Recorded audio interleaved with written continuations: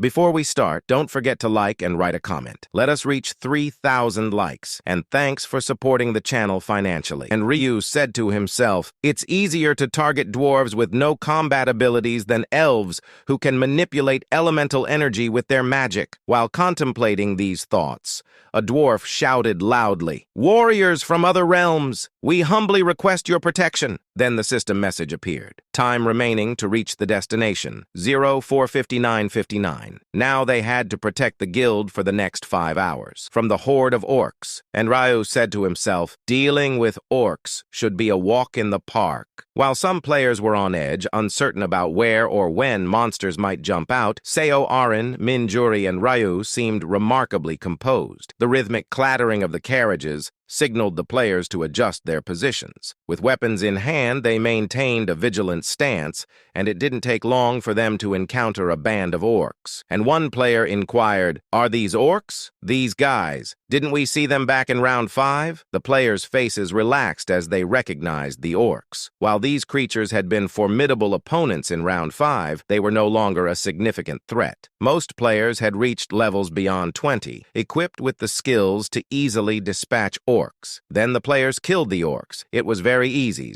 And one player inquired, there seems to be quite a number of orcs. Why do these creatures keep popping up endlessly? Players were already growing weary as orcs relentlessly emerged from various locations. And after approximately 5 minutes of battle, the situation came to a conclusion. A mountain of countless orc corpses lay before them. Ryu had a precise estimate of their number, and he said probably around 4,600. Although it might seem like a considerable quantity, disappointment clouded the players' expressions, and one said, "The experience points from this. It's just a drop in the ocean." Experience points were lower than anticipated because they were evenly distributed among the 230 players, because they were all in one party. Strictly speaking, 29 players out of the 230 players were excluded, and the traitor group consisted of individual players, not a party. As a result, experience points and items acquired from defeating monsters belonged entirely to them and weren't shared with others. At that time, system messages appeared in front of Ryu. You have defeated an orc. Experience points 3 times buff is currently in effect. Experience points increased by 1.5 times due to the title effect. Experience points plus 0.18%. Gold plus 40. Current kill count 463 out of 100. All stats increased by 100% due to the rune of slaughter. Seeing the message that appeared in his field of vision, Ryu couldn't help but smile and said, "I've already taken down 463 of them." And after a relentless solo massacre, he managed to eliminate 10% of the 4,600 orcs single-handedly. As a result, he had already leveled up. Even though he had only faced one wave, Ryu had already reached level 55. Although regular group get a few experience points as a result of dividing the experience by a large number, but when they reach our destination, they'll receive a generous amount of experience points. Quite a lot, actually. And the key to the escort quest lies in the experience points reward at the end. In other words, it doubles the experience points you get from escorting. So there would be players who reach level 40. Of course, achieving that would require making a mark at the Guild of the Humans. Then Ryu said to himself, wasn't the bodyguard's ambition to reach level 40 the reason he chose the Human Guild? With the bodyguard currently at level 34,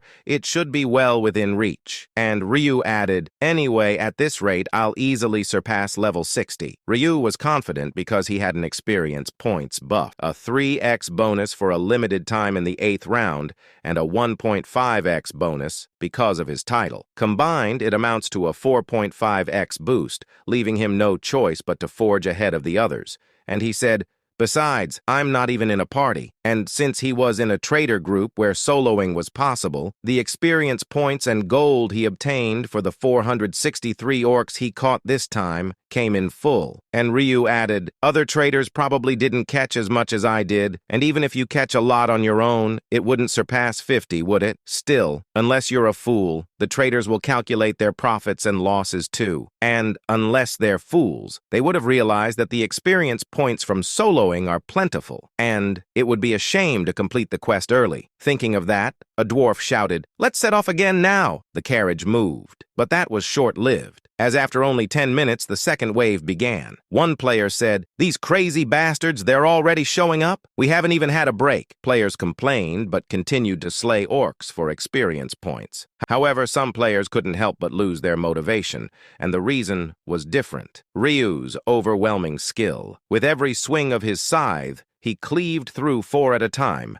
and anyone would feel disheartened by that. It was even more so because of his higher level and Minjuri's buff. Then one player shouted, "Wow, look at how many Black Scythe is killing with one swing while I can only kill one." Another said, "Ugh, I'm really feeling sad. If he's killing that much, do we really have to do anything?" And one added, "Right? Experience points come in even if we just stay still. Should I take the Black Scythe bus too?" Then some quietly retreated with that thought. And even though they could catch more, they gave up because it was easier. When Ryu, who was on the hunt, saw that, he smirked and said to himself, "In other people's eyes, I must look like a party member. That's why they think we better accept the bus." But no matter how you think about it, you can't just play around. Rankings are determined by contribution. And in this round, the ranking method is all about your overall contribution. So lounging around lazily might turn out to be a deadly mistake. Co. Arin and Minjuri were well aware of this, and they were putting their all into the hunt. Minjuri's an exception, though.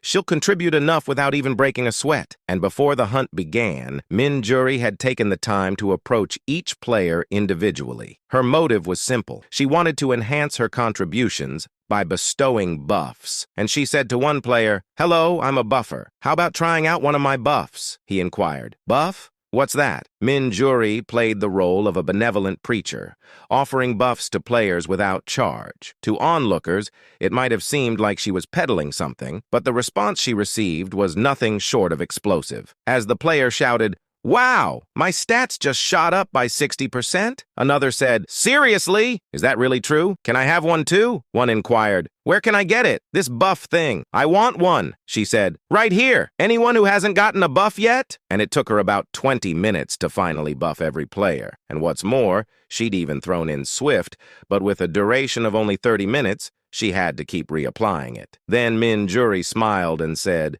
"Phew, I'm unexpectedly busy." She hadn't expected to be in such high demand. In fact, later, everyone will talk about it, even those who didn't receive buffs before. That's how widespread it will become. And as for those players who discovered buffs, they'd call for one whenever their buffs wore off. Although it might have seemed a bit inconvenient, it was a profitable venture for Minjuri. In fact, it's a significant gain. When players she buffed take down monsters, it contributes to her too. Imagine taking just 1% of the contribution from 230 people. Even if you were just relaxing, you could still cover your contribution. That's why Ryu wasn't concerned about Minjuri dropping out of the round, and he wasn't worried about Seo Arin either, as she was providing shield buffs to her allies using her summoned creatures, and she was even tanking, contributing effectively. After thwarting the 7th assault and witnessing the players' fatigue, Dwarf Heimer pounded his chest and shouted, "Are we all done? Let's move, warriors of the other realm," one player said. "Hey, old man Dwarf,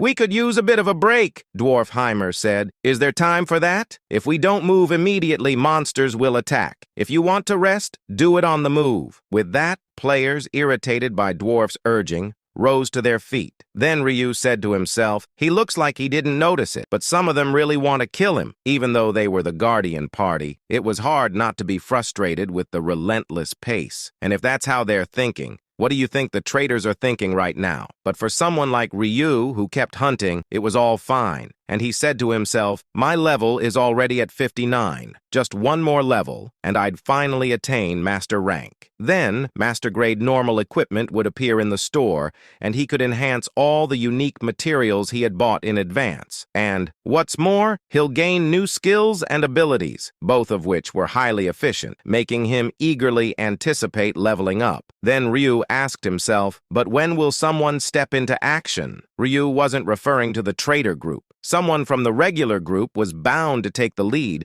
as long as they had a bit of wit, and it finally happened. And one player said, "Guys, instead of persistently hunting, shouldn't we prioritize finding the traitors? At this rate, we might all fall before we uncover their identities." In response to that call, heads nodded in agreement among the gathered individuals. And one said, "That's right, simply hunting monsters won't cut it." Another said, I agree. We need to root out those traitors. But how do we go about finding them? The person who had initially proposed the idea continued speaking. I have a suggestion. We know that the traitors aren't part of any parties, right? So when we attack them, they should take damage, correct? Let's test it by attacking each other to confirm. What do you think? One player said, that sounds reasonable. Then it should make finding them much easier. Meanwhile, the traitors maintained their silence, unaware that their time was running out, their thoughts undoubtedly in turmoil. One player said, could those who aren't speaking right now be the traitors? Another laughed and said, they must be getting nervous. Soon their true identities will be exposed. As the regular group shared a laugh, the traitors found themselves in a precarious situation. And one of them says to himself, what should we do? We might get discovered like this. Another said to himself, we need to eliminate the dwarves as soon as possible. Ryu, who had been eavesdropping on the traitors' thoughts, happened to lock eyes with them. Their looks said, Black Scythe, it's time to take action. Let's target the dwarves together. This is our only chance.